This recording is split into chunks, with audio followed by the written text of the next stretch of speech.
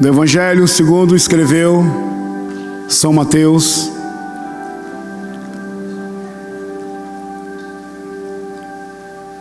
capítulo 13, versículo 44. Evangelho de Mateus, capítulo 13, versículo 44.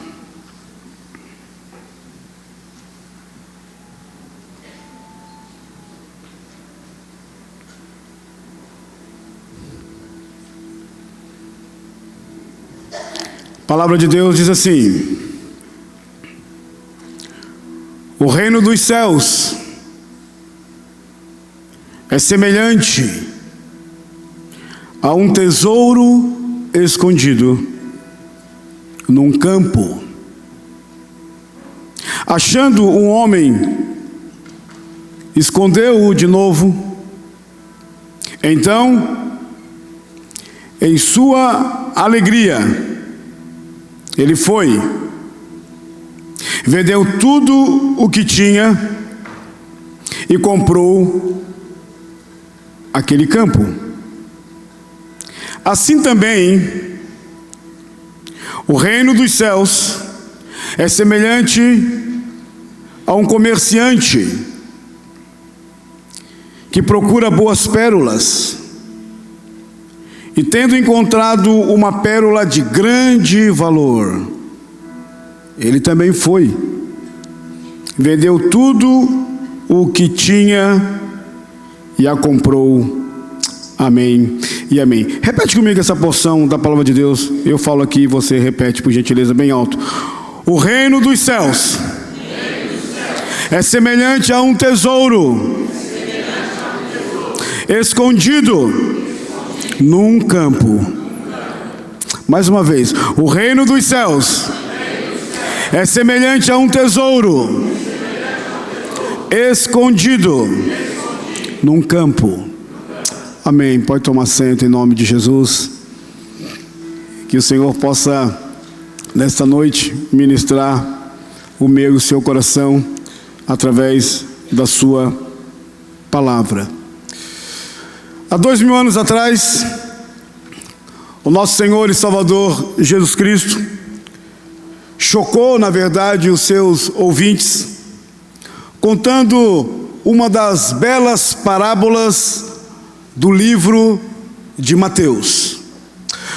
O Evangelho de Mateus é o Evangelho que, para nós compreendermos as parábolas, nós temos que compreender para quem Mateus escreveu. Ele escreveu para os judeus que estavam se convertendo. Ele inicia o seu Evangelho com a genealogia de Jesus, mostrando no tronco da genealogia dos dois primeiros nomes, Abraão, que foi o homem que Deus chamou e ele andou com Deus pela fé. Ele é o patriarca Abraão, que vai dar início ao patriarcado, o Abraão, e depois o Isaac, o Jacó, depois as 12 tribos, depois a tribo de Judá, da qual vem o Senhor Jesus Cristo. Mas também aparece ali que Jesus era filho de Davi. É óbvio que não é que Jesus era filho de Davi, ele fazia parte da linhagem real. Então, Mateus quer apresentar para todos nós que Jesus Cristo, ele veio de uma linhagem real. Jesus, ele nasceu, ele é o Messias. Todas as profecias que estão embutidas no livro de Mateus, elas vão se concretizar nele, em Jesus Cristo. E Jesus Cristo, então, tem um momento de sessão de curas no Evangelho de Mateus, mostrando que ele é o Senhor de todas as coisas. Ele é o Senhor sobre a doença, ele é o Senhor sobre a natureza, ele é o Senhor sobre as obras malignas, ele é o Senhor sobre a morte, ele é o Senhor sobre a doutrina.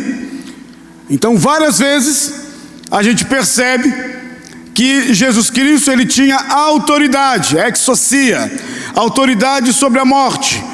Jesus chegava e o defunto, ele levantava. Ele tinha autoridade sobre a morte. Ele tinha autoridade sobre a natureza, ou sobre a criação. Ele dizia: aquieta-te, e o mar se aquietava, o vento parava, as ondas encapelantes também. Ele tinha autoridade sobre o ensino, a doutrina. Então eles diziam: ele é diferente dos fariseus e dos escribas, porque quando ele fala, ele tem autoridade. Jesus tinha autoridade sobre as doenças. Ele orava e as pessoas eram curadas. Por que isso? Para mostrar que Jesus Cristo é o Senhor, é o Messias prometido, é o ungido de Deus, que veio a este mundo nos dar salvação. Pois bem, Jesus começa então uma sessão de parábolas. O Evangelho de Mateus, ele mostra para nós 5 grandes sermões que divide este Evangelho, que começa com o Sermão da Montanha, que é muito importante. Jesus, ele é batizado no Jordão. Deus fala: este é meu filho amado. Ele vai para o monte da tentação. O diabo diz: se tu és filho de Deus, transforma essas pedras em pães. E durante 40 dias e 40 noites, Jesus Cristo está ali em jejum. Ele vence o diabo pelo poder da sua palavra, pelo grafê. Ele sempre diz: está escrito. Ele vai citando a Bíblia. E quando ele desce do monte da tentação, a Bíblia diz que ele vai para o Mar da Galileia, e lá no Mar da Galileia ele começa então a chamar homens para caminhar com ele. Esses homens encontram em Cristo a pérola de grande valor. Por conta disso, eles vão deixando aquilo que para eles não é tão importante assim, porque agora eles encontraram essa pérola de grande valor. Eles deixam as redes, eles deixam os seus trabalhos, eles seguem a Cristo estrada fora. Eles são discípulos, matateus de Jesus, e vão ser agora apóstolos. Vão levar este Evangelho por todo canto até chegar entre nós aqui. E a Bíblia fala então que Jesus Cristo chama eles, é um chamado, é uma comissão. Começa lá em Mateus 4:4, depois Mateus 9, Jesus chama também o Levi, o publicano, que é o Mateus, que está aí no livro de vocês que eu estou lendo aqui agora. E Jesus então começa um período interessante. Primeiro o Sermão da Montanha, depois o comissionamento dos apóstolos, no capítulo 10, no capítulo 13, que a gente vai voltar aqui, as parábolas sobre o reino de Deus. No capítulo 18, Jesus vai tratar a questão do perdão: quantas vezes que eu devo perdoar aquela pessoa que me ofendeu, 70 vezes 7. Vai tratar a questão também que o reino de Deus é semelhante a uma criança. E por fim, no capítulo 24, 25, Jesus vai trabalhar uma questão que é importante para nós, porque é um sermão escatológico, é um sermão da sua segunda vinda.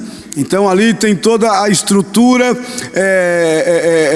da cristologia, ou seja, do estudo de Cristo do ponto de vista do fim, ou seja, da escatologia, do escatom, daquilo que vai acontecer. Pois bem, o Evangelho de Mateus, aqui no capítulo 13 que a gente leu, ele vai apresentar para nós um cabedal de parábolas que fazem parte do ensino de Jesus, do seu terceiro discurso que nós estamos lendo aqui.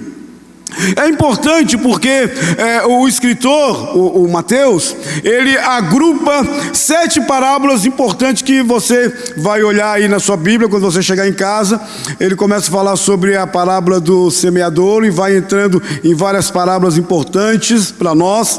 Então ele fala 7 parábolas, mas no total Jesus conta 39 parábolas dentro do conjunto dos 4 evangelhos. Por que parábolas? Porque nossa mente é finita e nós precisamos então de um referencial para a gente compreender as grandezas de Deus. Então Jesus, ele é o mestre por excelência. Ele então vai no mundo natural para explicar questões espirituais que a nossa mente finita, caída, não compreende. Então ele vai no mundo natural, como a gente vai ver aqui, para explicar a grandeza do reino de Deus.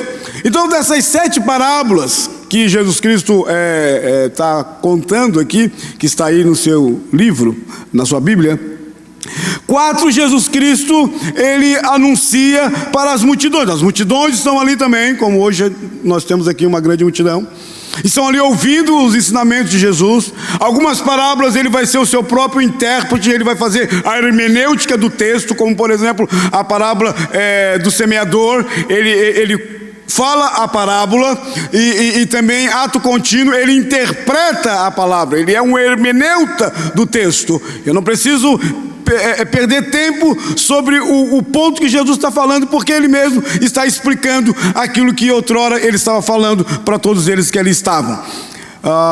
Jesus faz isso, mas as 3 últimas parábolas, que entra essa aqui e mais 2, Jesus então, ele fala somente para os seus discípulos.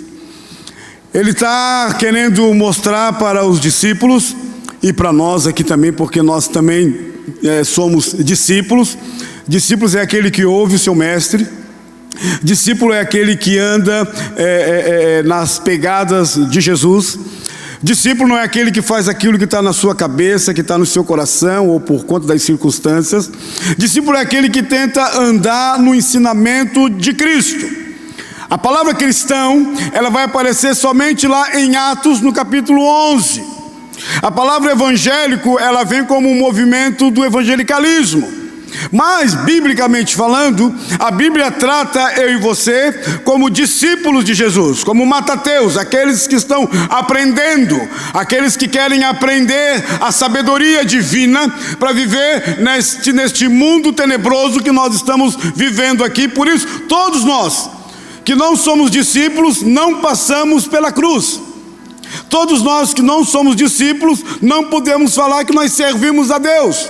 Porque o discípulo é aquele que faz aquilo que o seu mestre nos orienta, e Cristo é o grande mestre, Cristo é o rabi, ele nos ensina. Então, ele chama esse grupo de discípulos aqui, e ele conta essa parábola, a parábola do tesouro escondido, e começa dizendo assim: o reino dos céus. Interessante este ponto, porque, como falei para vocês, Mateus, o Evangelho de Mateus, ele está escrevendo para uma comunidade específica e também para nós, obviamente, porque a palavra de Deus, ela transcende o seu próprio tempo, porque ela é inerrante, ela é infalível, ela é inspirada por Deus, então ela alcança a geração do primeiro século, que é o público-alvo de Mateus, e nos alcança porque nós somos povo de Deus em pleno século 21, aqui nesse estado de Santa Catarina. Então, Mateus, quando escreve, você vai perceber que ele usa o reino dos céus. Por exemplo, Lucas, Marcos e João não vão usar esse termo, eles vão usar reino de Deus. Basileia, reinos, tostéus, reino de Deus. Mateus não. Mateus ele vai usar reino dos céus, Basileia, tos oranos. Por quê? Porque os judeus daquele período de Jesus, eles não falavam o nome de Deus, eles tinham reverência pelo nome de Deus. O judeu, ele não falava o nome de Deus por conta da reverência, por conta que Deus é o Todo-Poderoso. Tanto é que quando Deus encontra-se com Moisés no Sinai, Moisés pergunta e diz: mas se eles perguntarem quem é que me enviou, o que eu digo? Então Deus fala para Moisés, diz que o eu sou te enviou. E essa palavra, eu sou, te enviou, Jesus vai tomar ela no Evangelho de João, não de Mateus, Marcos e Lucas, mas no Evangelho de João. Nós vamos ser apresentados pelos 7 grandes eu sou que Jesus Cristo fala. Eu sou a porta, eu sou o caminho, eu sou a ressurreição, eu sou a videira, eu sou o bom pastor, e por aí vai. Ele usa esse termo, ego eimi, para dizer que ele é a mesma essência de Deus, porque nós cremos em Deus Pai, Deus Filho e Deus Espírito Santo. A igreja cristã, a igreja bíblica doutrinária, é a igreja que crê na Trindade. O batismo é trinitariano. Lá em Mateus 28, Jesus Cristo disse: vocês devem batizar em nome do Pai, do Filho e do Espírito Santo. Então a nossa igreja, a comunidade da fé, ela é uma comunidade trinitariana. Amém, irmãos? Amém. Então Mateus começa falando e dizendo: o reino, o Basileia, essa dimensão maior do que a igreja. Agostinho foi um grande teólogo, século V, escreveu muitos livros interessantes, mas Agostinho, no ponto de reino, ele se equivocou, no sentido que ele entendeu que o reino era a igreja. Não, o reino não é a igreja. A igreja, ela é a agência do reino. A igreja, ela é a expressão do reino. O reino é a dimensão de tudo aquilo que Deus reina. Tudo pertence a Deus, céu, terra, tudo faz parte desse reinado do nosso Senhor Jesus Cristo. Então, ele começa dizendo, o reino dos céus. Como que eu vou entender o reino dos céus? Como que eu vou entender o reino de Deus, essa dimensão espiritual do reino de Deus? Então Jesus, como um rabi, como um mestre, ele vai no mundo natural para explicar para mim, para você, nesta noite, para aquela comunidade do século I, como é que eu posso compreender o reino de Deus dentro desse cabedal de parábolas que a gente tem lido aqui. Eu estou lendo somente uma. Então ele começa dizendo, o reino dos céus é semelhante ao quê? A um tesouro. A um tesouro. O reino dos céus não é uma bijuteria. O reino dos céus não é alguma coisa que eu posso trocar, porque o reino deste mundo é maior do que o reino dos céus. O reino dos céus é superior a qualquer riqueza deste mundo, a qualquer coisa deste mundo. O reino dos céus, ele é supra, está acima de qualquer entendimento que eu e você podemos ter. O problema é que as pessoas hoje trocam às vezes o reino de Deus, ou o reino dos céus, pelas coisas deste mundo, pelo antirreino, por esse reino das trevas, que eles acham que é mais importante, gastam mais o seu tempo com o reino deste mundo do que o reino de Deus. O apóstolo Paulo vai chamar-nos a atenção, em Colossenses ele disse, olha, buscai as coisas que são lá do alto, buscai as coisas lá de cima, buscai as coisas de Deus.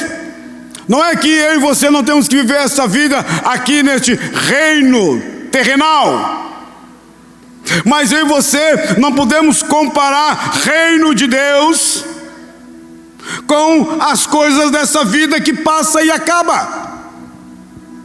Eu não posso trocar as coisas excelentes do reino por conta de um sucesso, por conta de uma proposta, por conta das coisas deste mundo, que passa, que acaba, que vai embora, que nada permanece. No reino de Deus, as coisas permanecem. Então Jesus disse, o reino dos céus é semelhante a um tesouro, ou seja, uma coisa altaneira e nobre, a um tesouro escondido. Veja bem, Jesus é um mestre por excelência, porque naquela terra onde Jesus viveu, naquele prospecto palestinense, lá na Palestina, onde Jesus viveu, havia muitos saques na Palestina, havia muitas pessoas que enterravam os seus tesouros, porque havia guerras, havia trausentes. Então as pessoas na época de Jesus Cristo, por exemplo, não tinha banco, não tinha Pix, eles não guardavam os seus tesouros, seja ouro, prata ou qualquer outra coisa, ou pérola, enfim, aquilo que era de valor, eles não guardavam debaixo do colchão, eles não guardavam em casa, por conta que aquele trânsito geográfico, geopolítico ali, era um trânsito onde havia muita guerra, as pessoas estavam sempre se degladiando. Então a melhor maneira de eu guardar um tesouro era eu então cavar um buraco bem fundo, colocar aquele tesouro num recipiente bem forte e enterrar aquele tesouro. Então aquele tesouro eu sabia aonde estava.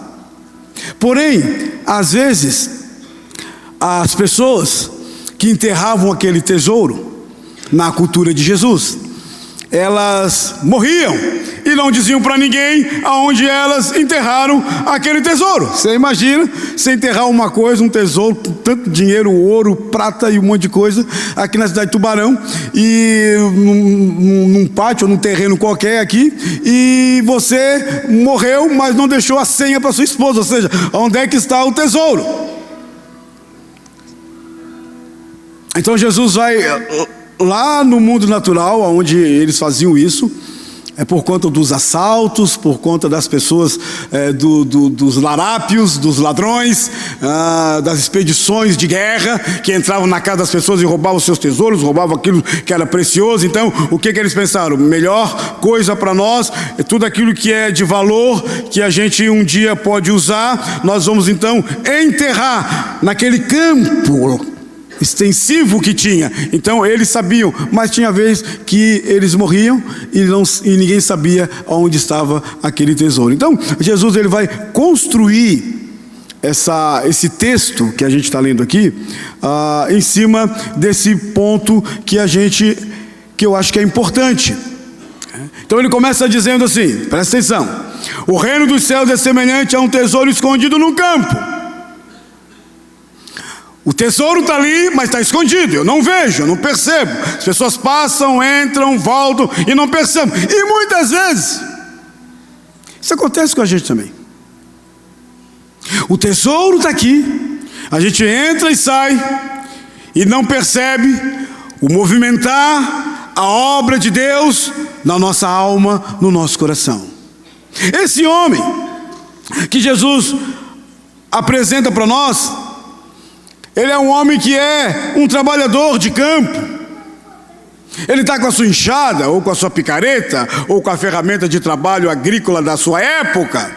Ele está arando a terra, e ele vai fazendo sulcos na terra, ele vai abrindo aquela terra, e de repente, disse Jesus, ele bate talvez com a picareta em algo que dá um barulho diferente, plim! E ele diz: oh, peraí, tem alguma coisa aqui, isso aqui não é areia. Ele vai, cava, e ele descobre que ali tem um tesouro. E o que ele faz?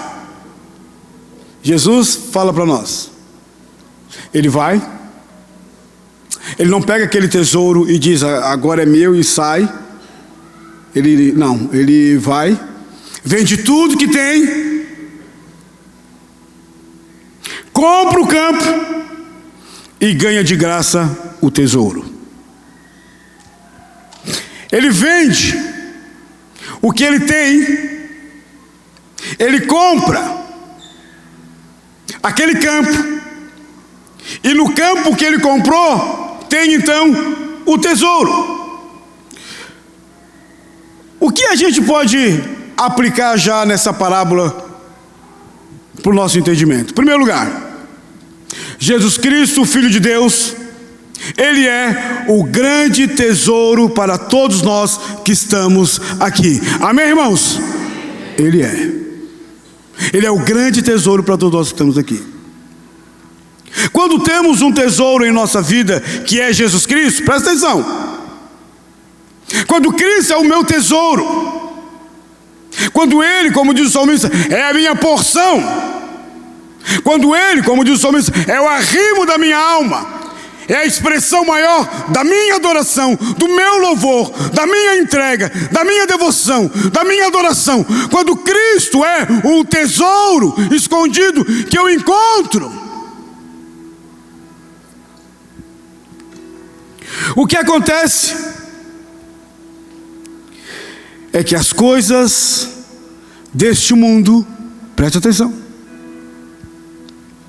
vão perdendo o seu valor, ou vão se encaixando nos degraus de valores que elas devem estar.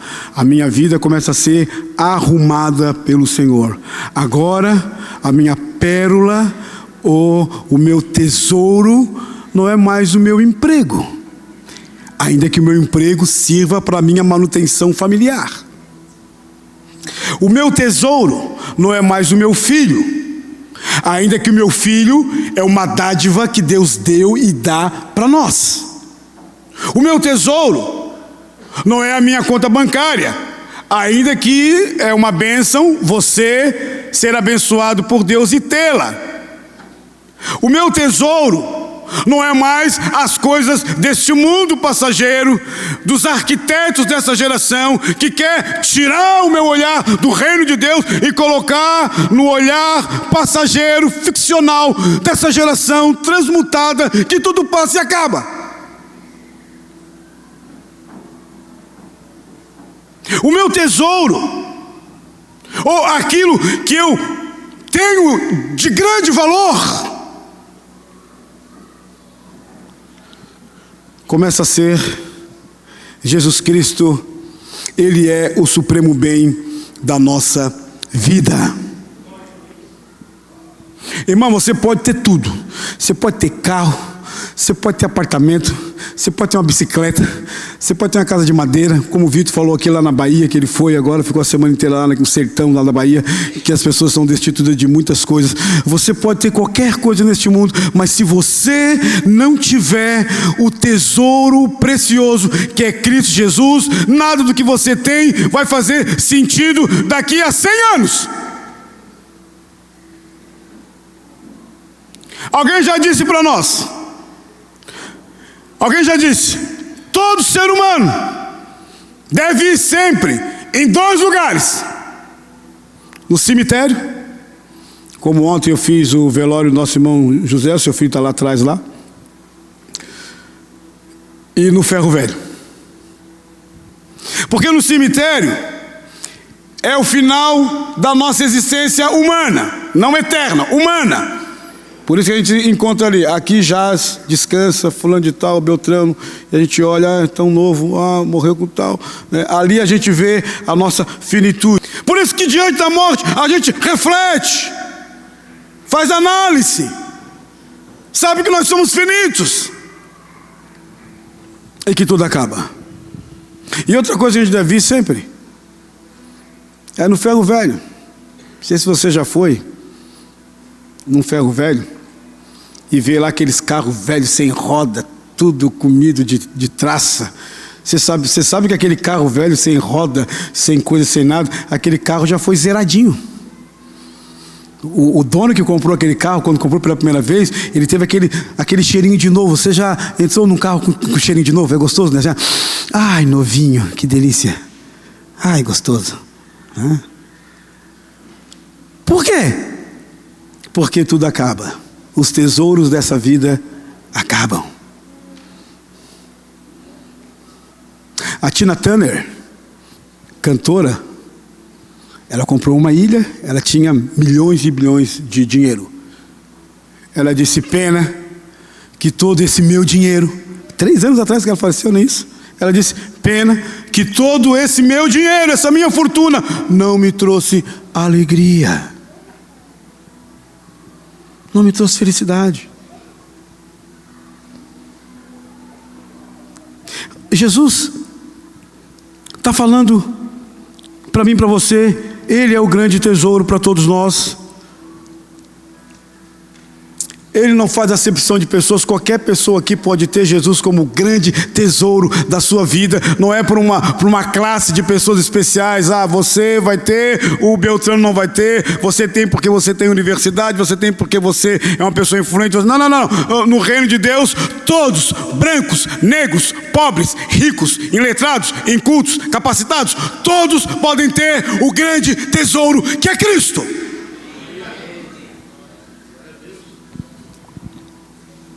As coisas vão perdendo valor.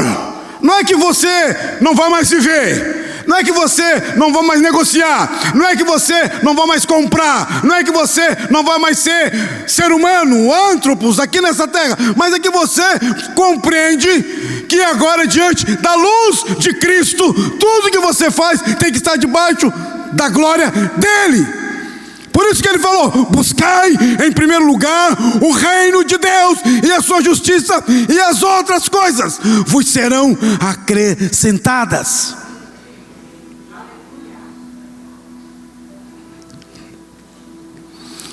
Zaqueu, publicano maioral, homem rico, sabia que tinha um vazio na alma dele.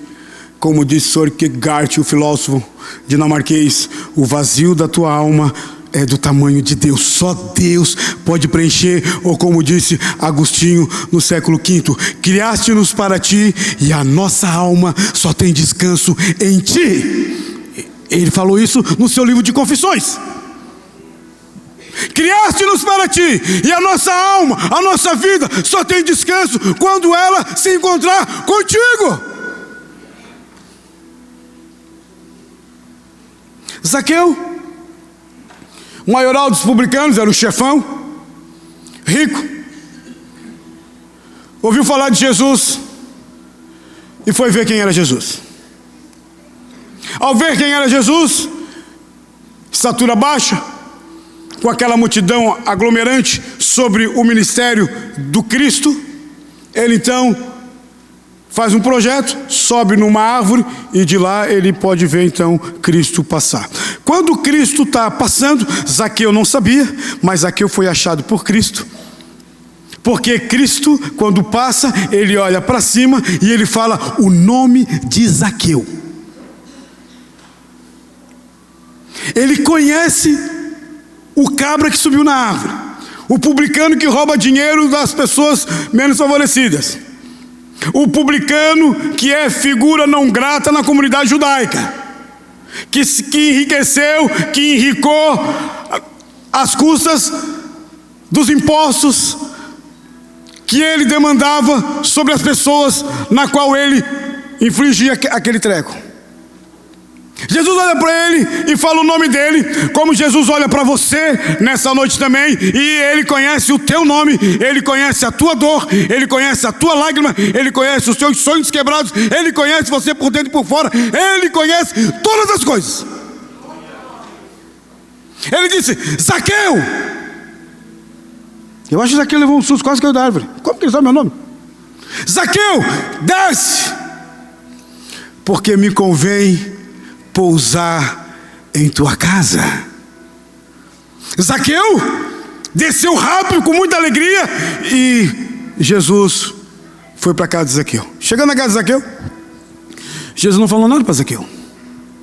A glória de Cristo estava na casa de Zaqueu. O apóstolo Paulo, ele diz que sobre Cristo estava toda a glória, toda a plenitude da divindade sobre Cristo. A glória de Cristo estava ali. E Zaqueu, diante da presença magnífica de Cristo, há um start de inadequação, e ele se confessa. E ele diz: olha, Senhor, eu tenho feito algumas coisas erradas aí. Eu tenho roubado pessoas, mas eu, diante desse tesouro, diante dessa revelação maior, diante da tua presença aqui, eu quero devolver, entregar 4 vezes mais de tudo aquilo que eu roubei, lapiei, eu quero entregar. Jesus olha para Zaqueu e diz: hoje, nessa casa, chegou salvação. O Zaqueu foi salvo. O Zaqueu compreendeu que ele agora estava diante do grande tesouro, que Paulo vai dizer que todo tesouro de sabedoria está em Cristo. E quando eu encontro o tesouro, quando eu sei que Cristo é maior do que tudo, então as subondas deste mundo vão perdendo valor para mim e para você. Aquele homem, ele está lá na sua lida, ele é um camponês, ele é um homem comum, ele é uma pessoa simples, ele está lá lidando com a terra, e ele pá! Encontra o tesouro. Foi como Maomé o lobo. Ele estava lá em Qumran, e ele foi procurar as ovelhas que estavam extraviadas. Ele era um moço. Ele foi procurando, e lá várias cavernas naquele lugar. Ele pega uma pedra daquela e assim: eu vou tocar nessa caverna aqui. Se a ovelha estiver ali, ela vai sair. Ele pega e joga uma pedra, e a pedra cai, só porque ela cai, mas não faz barulho normal, ela faz barulho de jarro quebrado. Pá! Ele diz: opa, peraí, tem alguma coisa aí. Isso aconteceu em 1947. Ele sobe, vai lá e pega alguns pergaminhos daquele. Ele diz: ó, tem um pote aqui, tem pergaminho. Ele pega aqueles pergaminhos de 1000 anos atrás, irmão. Ele não sabia o tesouro que ele tinha na mão. Ele era uma pessoa que não entendia, por exemplo, o idioma que estava ali, a escrita que estava ali. Então ele achou que aquilo ali não era nada. Ele pegou algum daqueles, ele fez tipo sapato, bota. Outros ele pendurou tipo no varal. Até que está passando ali um estudioso, um arqueólogo, e ele diz: onde é que você arrumou esse negócio aí? Ele falou: não, isso aí estava na caverna lá que eu... Você quer vender? Quero. E aí esse arqueólogo, ele vai lá e começa a descobrir que tem uma caverna onde tem vários manuscritos, os manuscritos mais antigos da palavra de Deus. Então ele chama um homem chamado Albright. Ele vem, então começa o maior achado arqueológico bíblico da história do século 20. Eu estive lá em Qumran, lá em Israel. Quando você chega lá em Qumran, são mais de 48 cavernas. Essas cavernas todas foram exploradas por esses exploradores. E os manuscritos, por exemplo, de Isaías, manuscritos antigos que o iluminismo dizia que a Bíblia aceita tudo, mas que agora é encontrado, foi um tapa no rosto de toda a comunidade dos ateus no mundo. Esses escritos estão todos eles nos museus de diversos países do mundo. Aquele menino encontrou um tesouro que serve para nós hoje como fonte de pesquisa, que são as cavernas de Qumran, 1, 2, 3, 4 que eu tenho lá na minha casa. Esse homem estava cavando e encontrou um tesouro. Ele cava o buraco, ele encontra um tesouro valioso. E quando ele encontra, olha só aí, o reino dos céus é semelhante a um tesouro escondido num campo, que certo homem, ele achou, e o que ele fez depois? Ele escondeu. Ele achou e ele escondeu. Jesus fala isso. Jesus fala para nós que ele escondeu aquele tesouro. Agora, irmãos, presta atenção. Só esconde e guarda. Eu e você só escondemos e guardamos aquilo que para nós é precioso. É verdade ou não? Aquilo que é precioso, você guarda, você esconde. Por exemplo, Joquebede, ela sabia que não poderia ter um filho menino. O decreto do rei, do faraó era: se todo menino hebreu nascer, tem que morrer. Só menina pode viver. Era o decreto do monarca. Joquebede, mãe de Moisés, ela entendeu, ficou grávida, e a barriga começou a crescer. E aí começou a crescer. Fica aquela angústia: será que é menino? Será que é menino? Se for menino, como é que vai fazer? E tal, e não sei o quê. E aquilo outro. E de repente nasce o quê? Nasce um menino. O que ela fez? Escondeu esse menino. Compreendeu que Deus tinha algo maravilhoso e grande na vida deste menino. Ela nem nome para o filho dela deu, porque Moisés não foi o nome que Joquebede deu. Moisés foi o nome que a filha de Faraó deu para ele quando tirou ele das águas do rio e falou: Moshe, tirado das águas. Então ela guardou, ela escondeu, porque ela entendeu, ela compreendeu que Deus tinha algo maravilhoso na vida daquele menino que Deus deu para ela. Da mesma forma, eu e você Devemos guardar nossa família, devemos escondê-la no esconderijo do Altíssimo contra este mundo tenebroso. Devemos sim esconder a nossa casa contra este mundo mau. E o melhor lugar para eu e você, pai, mãe, filhos que estão aqui, o melhor lugar para eu e você nos escondermos é no próprio Deus. O Salmo 90 diz: Senhor, Tu tens sido o nosso refúgio.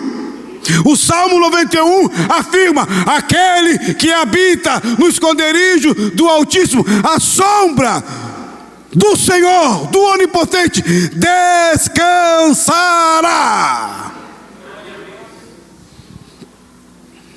Você não ficou assustado? Menino de 14 anos, há 8 anos de idade, conversando com uma moça de outro estado. Chega aos 14, o pai não deixa ele ir lá visitar a namoradinha. Virtual, hein? Então ele pega a arma, mata o pai, mata a mãe, mata o irmão de 3, 4 anos de idade. A namorada dele, que está do outro lado, lá da cidade, do estado, ela está vendo tudo aquilo como se fosse um jogo, como se fosse algo normal. Ele pega e leva o pai para a cisterna, entra em estado de decomposição, ele está frio, ele está gelado. 14 anos de idade, assustou o Brasil. Os psicólogos estão analisando o comportamento humano.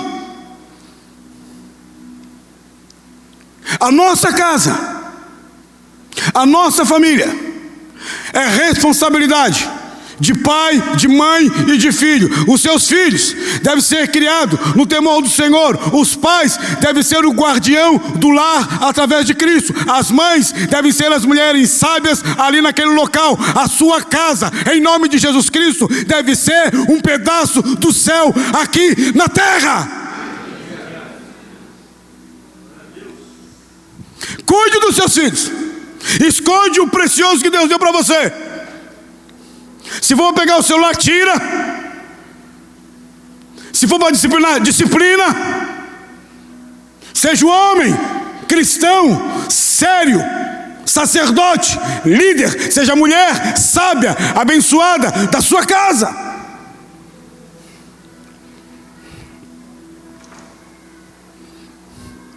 Nessa parábola, nós aprendemos algumas coisas importantes. Primeiro,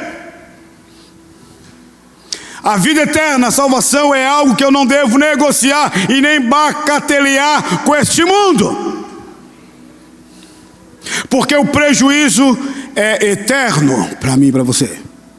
Segundo, nada é mais valioso que Jesus Cristo. Ele é o nosso tesouro. Seu namorado, sua esposa, seu esposo, seu filho, seu trabalho, qualquer coisa que está no entorno deste mundo que a gente vive, não deve estar acima de Deus. Deus, Ele deve estar sempre em primeiro lugar. Por quê? Porque Deus sendo em primeiro lugar, a tua esposa vai te amar, o teu esposo vai te respeitar, o teu filho vai te respeitar, porque Deus é o centro nevrálgico da sua casa.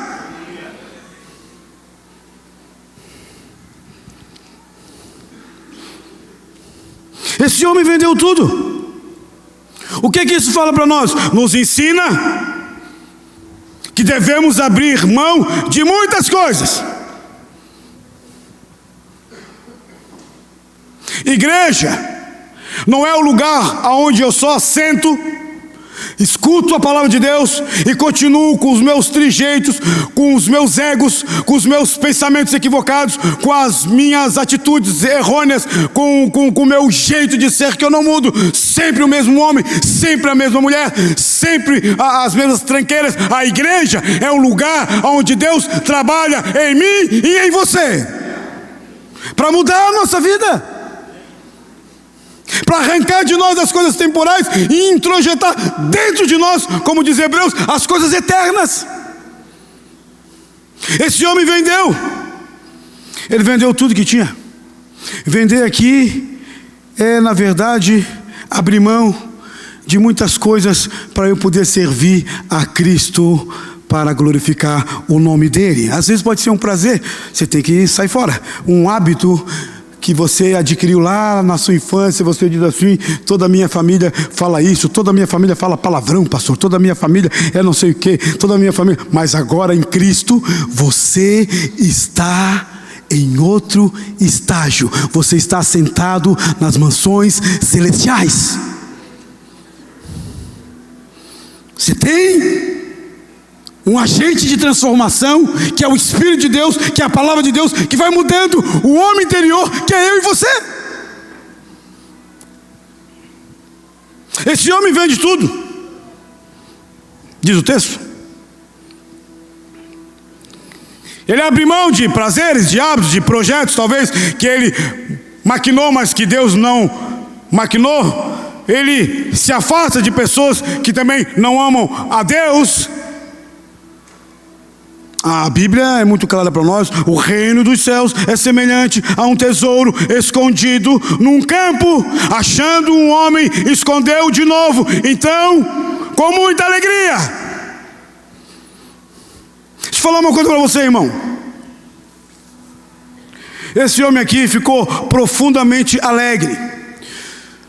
Olha, servir a Deus não é um peso. Servir a Deus é um privilégio. Servir a Deus não é como eu brinco aqui, o crente maracujá de gaveta, está sempre com a cara amarrada, parece que nunca deu nada certo para ele. Não, servir a Deus é servir na explosão da alegria, porque a alegria bíblica, ela não é circunstancial, ela não é porque eu tenho dinheiro, porque eu tenho um carro, porque tudo deu certinho para mim. Não, a alegria bíblica, ela é um fruto do Espírito, ela é incircunstancial. Eu sou alegre, não é nas coisas, eu sou alegre é em Deus. Não é o que o Neemias falou? A alegria do Senhor é a nossa força. Esse homem, ele estava alegre com aquilo que ele descobriu, com o tesouro. Você está alegre com o tesouro? Que amém mais fraco? Jantaram?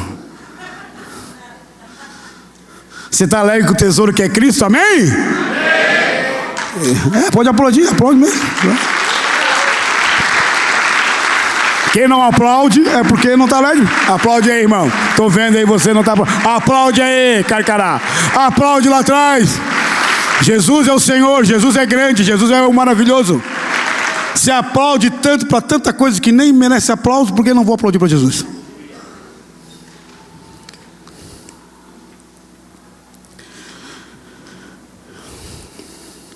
O apóstolo Paulo, você sabe, quando ele encontrou com Jesus, ele era um homem muito complicado, como eu e você somos, cheio de cacuete, cheio de mania, cheio de religiosidade, cheio de poeira na mente. E ele cismou que ele tinha que perseguir os cristãos. Era o Saulo de Tarso, a Bíblia apresenta ele lá ali no capítulo 8 de Atos dos Apóstolos. Então ele pega cartas dos sumos sacerdotes, autorização para perseguir os cristãos, e ele vai na estrada velha de Damasco perseguir os cristãos. Ele já tinha assinado a morte do primeiro mártir, que foi Estevão, no capítulo 7. E agora no capítulo 8, o Saulo, ele então é apresentado para nós. No capítulo 9, ele está indo para Damasco. Quando ele chega na estrada de Damasco, quando ele está na estrada de Damasco, ele é encontrado e deixa ser encontrado pelo tesouro da palavra aqui. Cristo, tesouro. Cristo do alto dos céus fala com Saulo, que depois vai ser chamado Paulo, porque é um cognome que tinha. Não é que Deus deu o nome para ele, tá? Deus mudou o nome de Sara, de Abraão, Jesus mudou o nome de Pedro, mas Paulo não. Paulo, o primeiro nome era Saulo, porque era o nome do primeiro rei de Israel, que foi o Saul, então homenagem ao rei Saul. E como ele era cidadão romano, ele tinha um cognome, 3 nomes, mas a gente só sabe do segundo nome dele, que é Paulo, o pequeno. Então, quando Jesus, na cidade de Damasco, se apresenta para Paulo, já glorificado, ele já tinha ido para a cruz, ele já tinha ido ao assunto aos céus, ele está sentado diante de Deus Pai. Então, agora, quando o Saulo está perseguindo a igreja, Jesus aparece para ele e Jesus fala em hebraico com Paulo e diz: Saulo, Saulo, por que tu me persegues? Duro é para ti recalcitrar contra os aguilhões. E ele cai da montaria. Ali cai o orgulho, ali cai a teologia, ali cai a vaidade, ali cai um monte de coisa, como deve cair também as escamas da nossa mente, do nosso coração. Ele cai no chão e ele faz uma pergunta que eu acho interessantíssima. Ele diz assim: quem és tu, Senhor? Quem és tu? E Jesus responde para ele: eu sou Jesus. Levanta-te. Agora não é mais Paulo que estava sendo orientado pela vida dele, agora era Cristo que estava orientando Paulo. Quem quer ser orientado por Cristo aqui? Levanta a mão. Levanta a mão. Quem quer ser orientado? Porque a gente é orientado pela nossa mente, pela filosofia que está aí fora, pelos arquitetos dessa geração, pelo nosso sentimento, pela raiva, pelo ciúme, pela inveja, pelo não sei o quê, por isso aqui. A gente é orientado por essas coisas aí, mas nós temos que parar com isso, nós temos que ser orientados pela palavra de Deus e por Cristo. Por isso eu pergunto: quem quer ser orientado, dirigido por Cristo Jesus aqui? Levanta a mão. Amém. Que Deus possa conduzir e guiar a sua vida. Agora Paulo está sendo guiado por Cristo, vai até a rua direita, você sabe, fica 3 dias lá, e aí ele é um homem agora cheio do poder de Deus, de perseguidor, começa agora a anunciar o reino de Deus. E por fim, a Bíblia diz que Paulo, em Filipenses, depois de 30 anos, ele já tinha se convertido, depois de mais ou menos 30 anos, ele escreve isso aqui. Quando ele encontra Jesus Cristo no campo do mundo, que é a pérola preciosa para ele, ele escreve isso aqui, Filipenses 3,7, diz assim: olha o que Paulo escreveu: mas o que para mim era lucro, isto considerei como perda por causa de Cristo Jesus. O que para mim era lucro, ele dá a relação, eu não vou dar aqui porque a gente não tem tempo. O que para mim era tesouro, o que para mim era importante, o que para mim vinha em primeiro lugar e não sei o que tal, quando eu encontrei Cristo, o verdadeiro tesouro, tudo para mim agora perdeu a força. Por quê? Porque, irmãos, a nossa alegria não vem do dinheiro, ela não vem de um carro novo, ela não vem de uma casa boa, ela não vem de um bom emprego. Tudo isso, eu sempre falo, é bom, é justo, se você puder ter, joia, mas a verdadeira alegria, ela vem de Deus. Ela vem de Deus.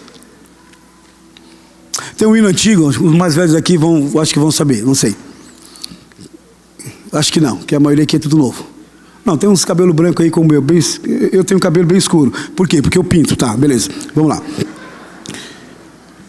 Diz assim, o hino antigo que a gente cantava na igreja antiga lá, diz assim: quem tem Jesus tem tudo, quem não tem nada, mas quem tem Jesus Cristo, no céu já fez morada.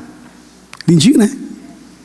Eu vou cantar para você depois cantar comigo. Diz assim, ó: quem tem Jesus tem tudo. Repete comigo: quem tem Jesus tem tudo. Quem não tem Jesus não tem nada, mas quem tem Jesus Cristo no céu já fez morada. Vamos cantar? Se coloque em pé um pouquinho, mas depois você vai sentar, que eu não acabei a pregação ainda. Só para você dar um time aí. Calma aí. Vamos lá, 1, 2, 3. Quem tem Jesus tem tudo. Quem não tem nada. Quem não tem nada. Mas quem tem Jesus Cristo? Mas quem tem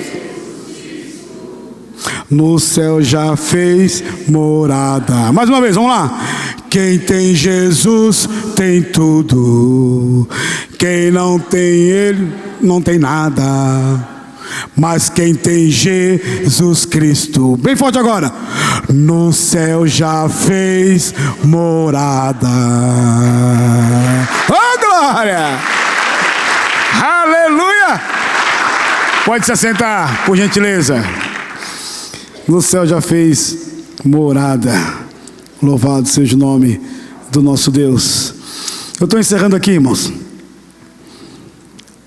Nós temos um tesouro que é a graça divina. Primeiro, o nosso Deus, que em Cristo Ele nos abençoa. Depois nós temos um tesouro que Deus também dá para nós, que a gente deve prestar atenção nisso, porque o apóstolo Paulo diz que o nosso Deus, Ele é rico em abençoar. Deus, Ele tem nos dado filhos, maridos, esposas, família, trabalho, saúde, luta, problema, bênção sem medida. Deus tem dado isso para nós. Mas eu quero voltar de novo aqui à cristologia, o Cristo no centro. Todavia, Cristo é o nosso tesouro, porque Ele é a nossa salvação. Eu encerro dizendo o seguinte: você lembra de Moisés? Eu falei dele aqui um pouquinho. Moisés, ele foi criado no palácio do faraó. Ele foi filho adotivo da filha de faraó. Quando ela viu aquele menino lá, ela tomou ele para si e ele se transformou filho. Durante 40 anos, Moisés viveu pelos corredores do palácio, pelos corredores do poder, pelos corredores da inteligência cognitiva faraônica. Até que depois ele ficou 40 anos no deserto.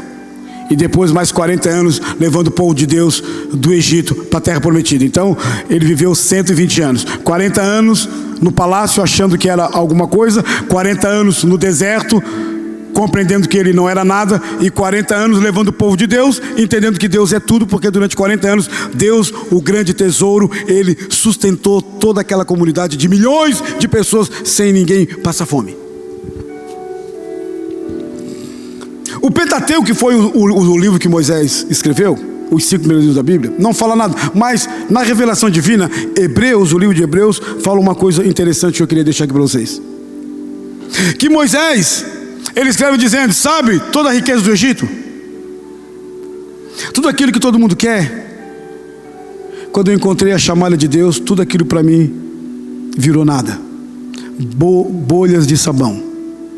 Sabe aquelas bolhas de sabão que você enche, ela toma um volume, quando bate o sol ela reluz, e aí ela vai voando, e aí quando você vai pegar aquela bolha, ela esparrama na sua mão, porque aquilo é vácuo. É o termo que o Eclesiastes usa para mim e para você. Tudo é vaidade, tudo é bolha de sabão. Por isso que no final, no verso 12, ele diz: lembra-te do teu Criador, porque é lembrando dele que ele vai te ajudar e te abençoar. Então, o texto aqui fala assim, pela fé, Hebreus 11. Eu estou lendo aqui na versão King James. É um pouco diferente da sua. Pela fé, Moisés, já adulto, recusou ser chamado como filho da filha de Faraó. Presta atenção. Preferindo ser maltratado com o povo de Deus a desfrutar os prazeres que o pecado é capaz de proporcionar por curto período de tempo. Tudo é curto nessa vida. Por amor a Cristo, entra Cristo aqui, o Messias julgou sua desonra uma riqueza mais excelente que os tesouros do Egito, porquanto contemplava uma glória maior, recompensativa. Então ele disse: eu prefiro estar com o povo de Deus do que viver a glória do Egito, porque tudo isso aqui passa, tudo isso aqui acaba. Eu quando estive no Cairo, lá no Egito, e olhei para aquelas pirâmides, e olhei para toda aquela estrutura ali, hoje aquilo lá, toda aquela glória do Egito, virou em pirâmides, virou em algumas coisas, tudo acabou. Agora, o Moisés, ele é falado, ele é conhecido em toda a parte do mundo. Os livros dele é lido em toda a parte do mundo. Ele é pregado em toda a parte do mundo. Por quê? Porque ele preferiu os tesouros de Deus do que os tesouros deste mundo que passa e acaba. Quantos crentes que estão igual o jovem rico? Naquele dia, aquele menino bom perdeu a maior oportunidade da vida dele, como um monte de gente que está aqui também pode perder. Ele se aproximou de Jesus. Jesus é o tesouro que estava andando sobre a Palestina.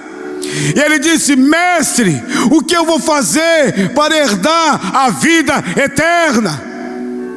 Jesus olha para ele e o amou, diz a Bíblia, e disse: tu conheces os mandamentos? Não matarás, os relacionamentos relacionais do decálogo. E ele disse: tudo isso eu tenho feito desde a minha juventude, Jesus. E Jesus disse: que bom. E ele estava saindo contente. E Jesus fala para ele: mas está te faltando uma coisa. Tu colocou um ídolo no teu coração, como muitos de nós às vezes coloca. Às vezes a gente acha que ídolo é só uma imagem fora de nós. O ídolo pode estar dentro do nosso coração. Tudo aquilo que você coloca em primeiro lugar acima de Deus é um ídolo, é um latrel, é um culto, é uma adoração. Jesus falou para ele: está te faltando uma coisa. Ele disse: o quê? Vende tudo que tu tens. O quê? Tudo. Não dá para mim. Jesus não quis o dinheiro dele. Vende tudo que tu tens e dá aos pobres, e depois vem e segue-me. A Bíblia diz que ele não quis seguir Jesus. A Bíblia diz que ele deu as costas para Jesus porque ele era dono de muitas propriedades. Jesus não tinha lugar no coração cheio de riqueza falsa daquele menino que ninguém sabe o nome dele. Ele perdeu a oportunidade de ter a grande riqueza. Quando ele sai diante de Jesus, o apóstolo Pedro fala para Jesus: mas Jesus, olha só, e nós que deixamos tudo para te seguir? O apóstolo São Pedro falou isso. E nós que deixamos tudo para te seguir, deixamos as redes, deixamos tudo, nossos sonhos, projetos, enfim, tudo. E nós, Jesus Cristo, vocês vão ser profundamente abençoados nessa vida e na vida do porvir, porque o olhar de Deus não é só nessa calota humana aqui, nessa aldeia global aqui. O olhar de Deus para mim e para você é supra, é a eternidade, irmão.